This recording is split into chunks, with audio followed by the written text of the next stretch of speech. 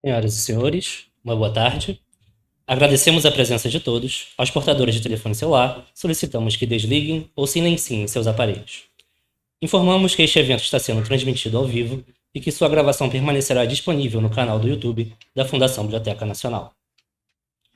A Fundação Biblioteca Nacional tem o prazer de recebê-los para a cerimônia de lançamento do Marco Referencial de Leitura, uma publicação do Serviço Social do Comércio, Departamento Nacional do SESC.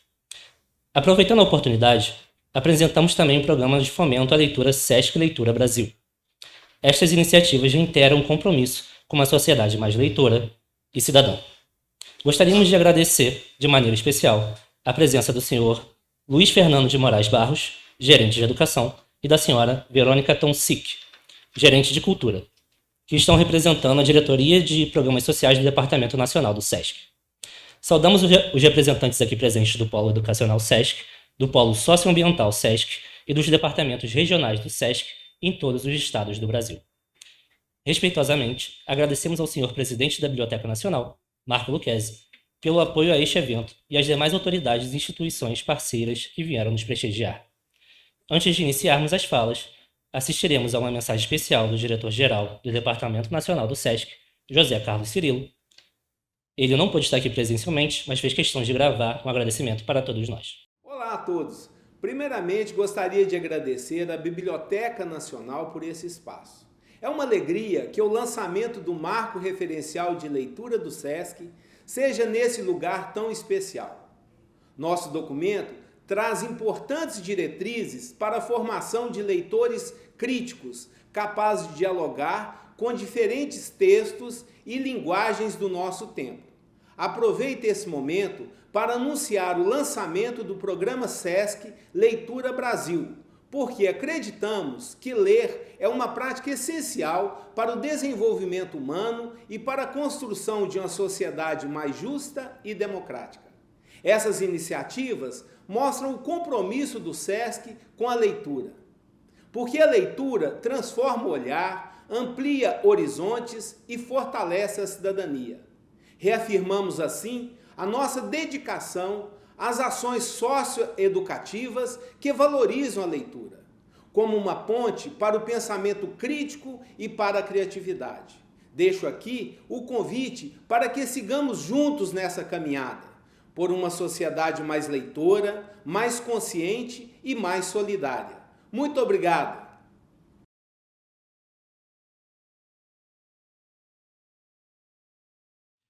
Agora convidamos ao palco o presidente da Fundação Biblioteca Nacional, senhor Marco Lucchesi.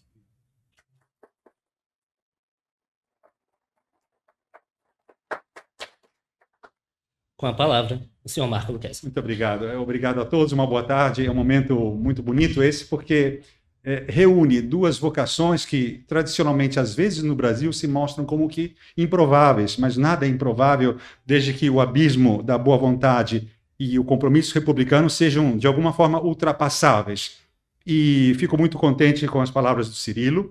A Biblioteca Nacional não é só o espaço físico, mas é o espaço, digamos assim, paradigmático de uma pluralidade de gerações que foram construindo no Brasil, a partir de mais de 2 séculos, um compromisso com a memória, com as variações possíveis da história da memória, porque a memória ela não é um dado, mas ela é uma construção. Já dizia mesmo Santo Agostinho nas Confissões, livro 11, né, que a memória também tinha a função de lembrar-se de esquecer. Isso pode abranger as coisas que não podem ser esquecidas, que aí chega a ser crime, mas o espaço ficcional dessa construção e das gerações distintas que aqui nessa casa foram criando um espírito de coleções, colecionar e organizar, brincando com o título de um livro famoso que é Transumanar e Organizar. Como organizar o mundo? Como compreender o fio vermelho da memória dentro de uma quadra de uma geração? Então as coleções da Biblioteca Nacional, elas têm um DNA. Elas têm um encaminhamento, têm uma escolha, têm um filtro, têm uma curadoria. Só que, com o tempo, sem perder o DNA, elas foram ampliando seus espaços. é o que eu vejo no marco que vocês apresentam aqui hoje, e direi algumas palavras, embora eu vá terminar o quanto antes, mas algumas palavras, sou obrigado a dizê-las em nome dessa grande instituição, e não a partir de mim, mas dessa imensa instituição brasileira, o mais antigo centro cultural, o grande marco cultural da história brasileira, a grande revelação da independência do Brasil, o aprofundamento dos compromissos republicanos, isso em várias gerações. E como nasce tudo isso? Nasce na perspectiva da difusão.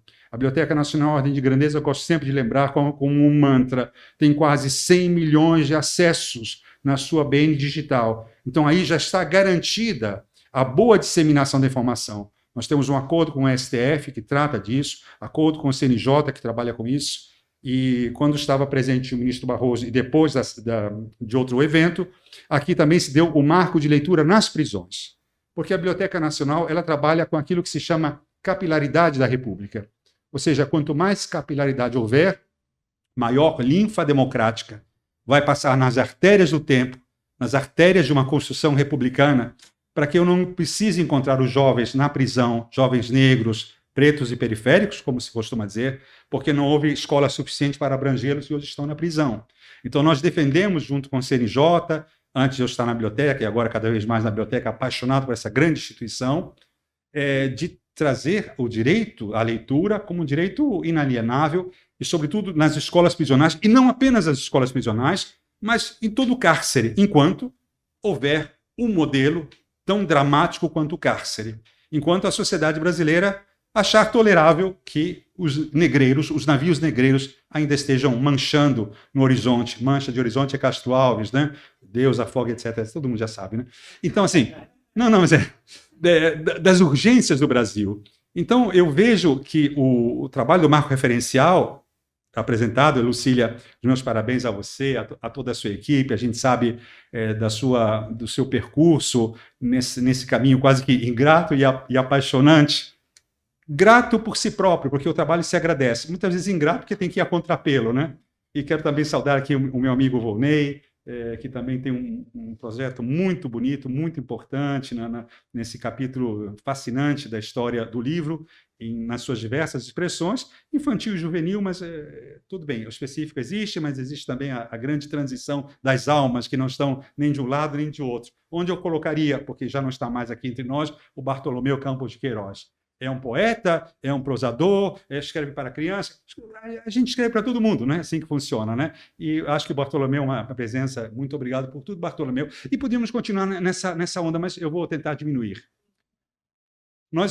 Esse encontro não é improvável. E eu li com muito entusiasmo, e digo isso de coração, pela gratuidade daquilo que a gente escolhe para nossas vidas. Vocês fizeram um trabalho muito importante. Eu quero dar o reconhecimento público meu, entusiasmado, porque está contemporâneo, está profundo, não faz demagogia, está atento a tudo, trata de questões dificílimas às vezes, mas nada do que não seja humano, e demasiadamente humano, com todos os cuidados a que se encontra nesse marco. É um documento importante para as ações imediatas, para as ações de transanteontem, porque o Brasil tem uma dívida imensa, mas para a memória do futuro. Então, vocês já estão dentro das coleções da Biblioteca Nacional.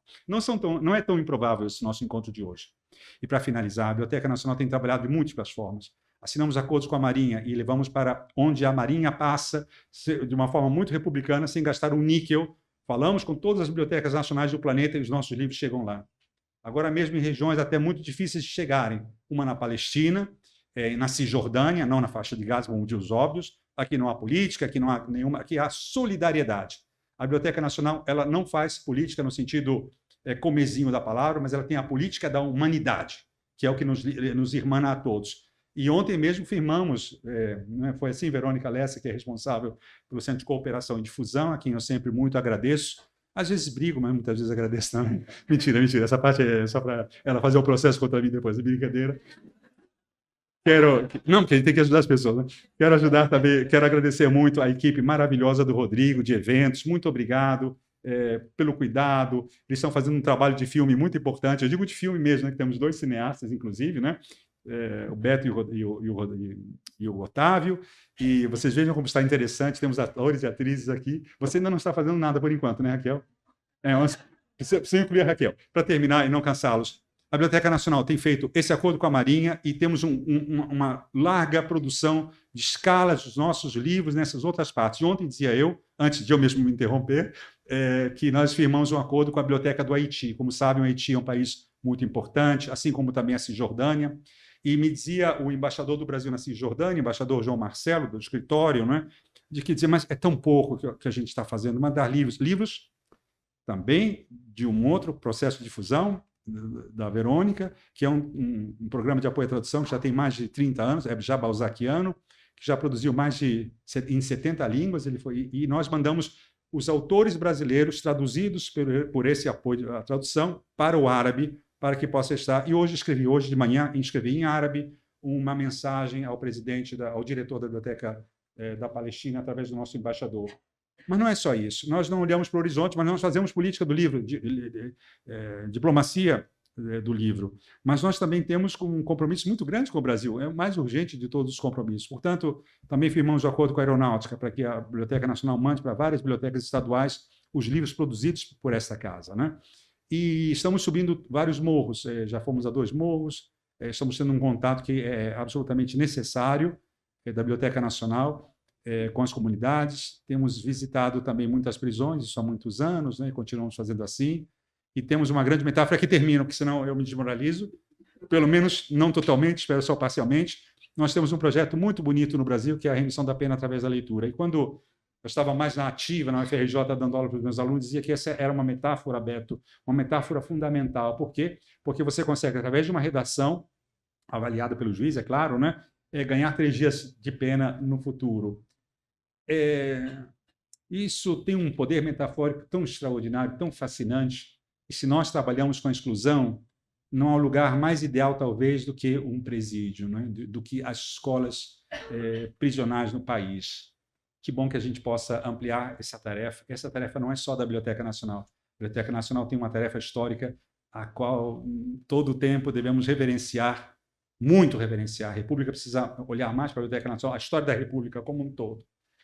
São servidores heróicos, apaixonados pelo que fazem.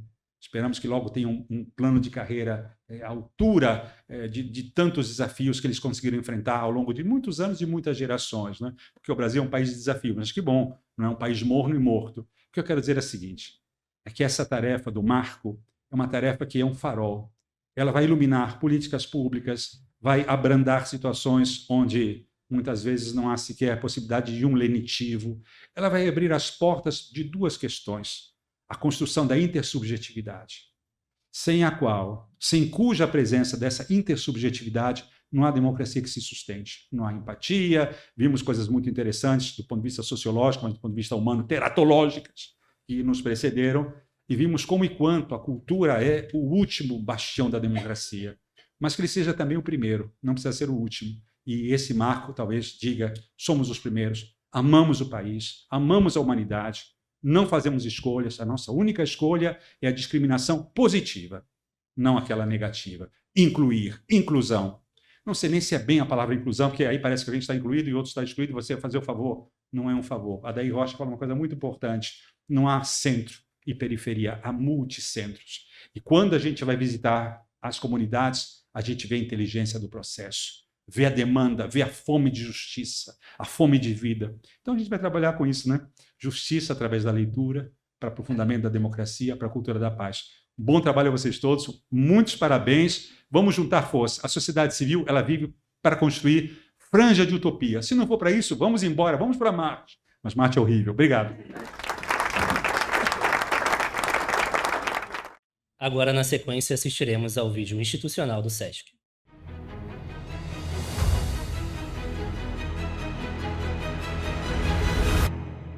Cada dia, cada momento é uma oportunidade única para viver. Para tornar realidade aqueles sonhos que só o travesseiro é testemunha. Dar o próximo passo rumo a uma vida mais plena. Viver histórias que ganham os palcos e as páginas. Correr uma maratona ou só sair de casa mesmo. Ser a conexão entre várias iniciativas do bem. Cuidar do agora, para que ele continue a inspirar o amanhã.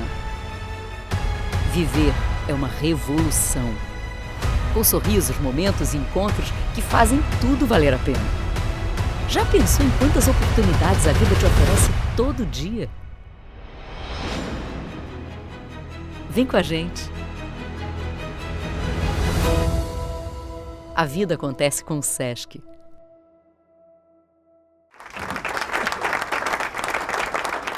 Boa tarde a todas e a todos.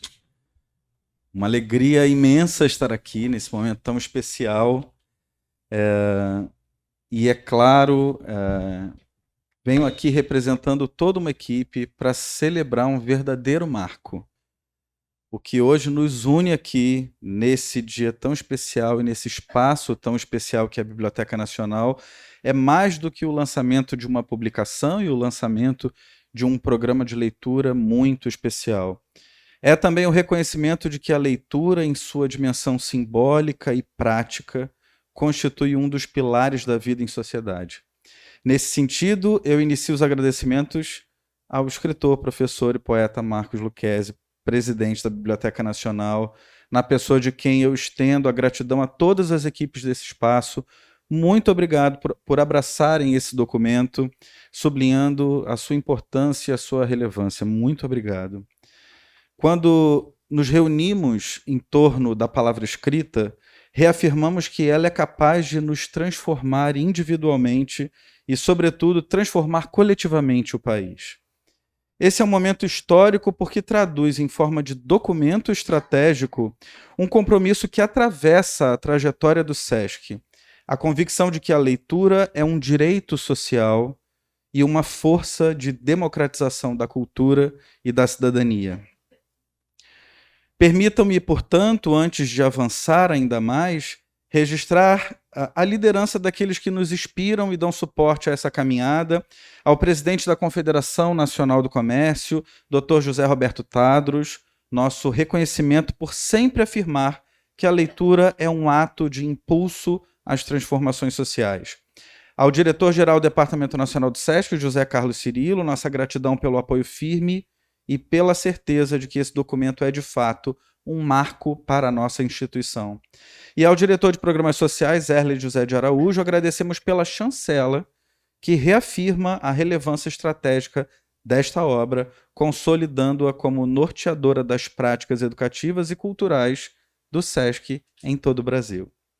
O marco referencial de leitura que hoje lançamos não é apenas um manual técnico, é uma obra que articula fundamentos conceituais, diretrizes e proposições em torno de 5 eixos centrais.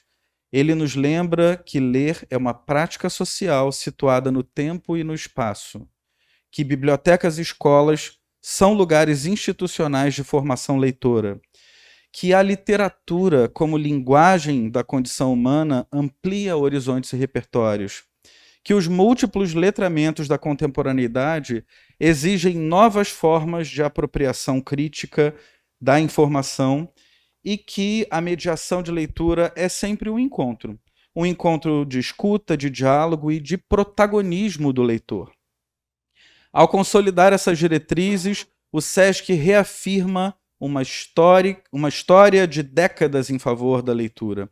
Uma história feita de bibliotecas abertas à comunidade, de programas nacionais que incentivam o acesso ao livro, de escolas que compreendem a leitura como eixo estruturante da aprendizagem. Uma história que se renova agora nesse documento e que se projeta como referência para instituições e para o Brasil. Ítalo Calvino, no belíssimo 6 Propostas para o Próximo Milênio, afirma que a literatura é necessária à humanidade para manter viva a faculdade de imaginar. O Sesc, em sua trajetória, tem mantido viva essa missão, cultivando a imaginação, a leitura e a cultura como caminhos de transformação social. Precisamos ressaltar aqui, de modo igualmente vivo e caloroso, o trabalho dos coautores desta obra, Hildo Cosson, Joyce Ramos, Luciene Simões e Esther Rosa, que com rigor técnico e sensibilidade nos assessoraram em um processo de cocriação nacional. Graças à dedicação de vocês, alcançamos o nível de excelência que hoje temos a honra de apresentar e levar a estampa. Eu peço palmas aos nossos queridos colaboradores. Muito obrigado.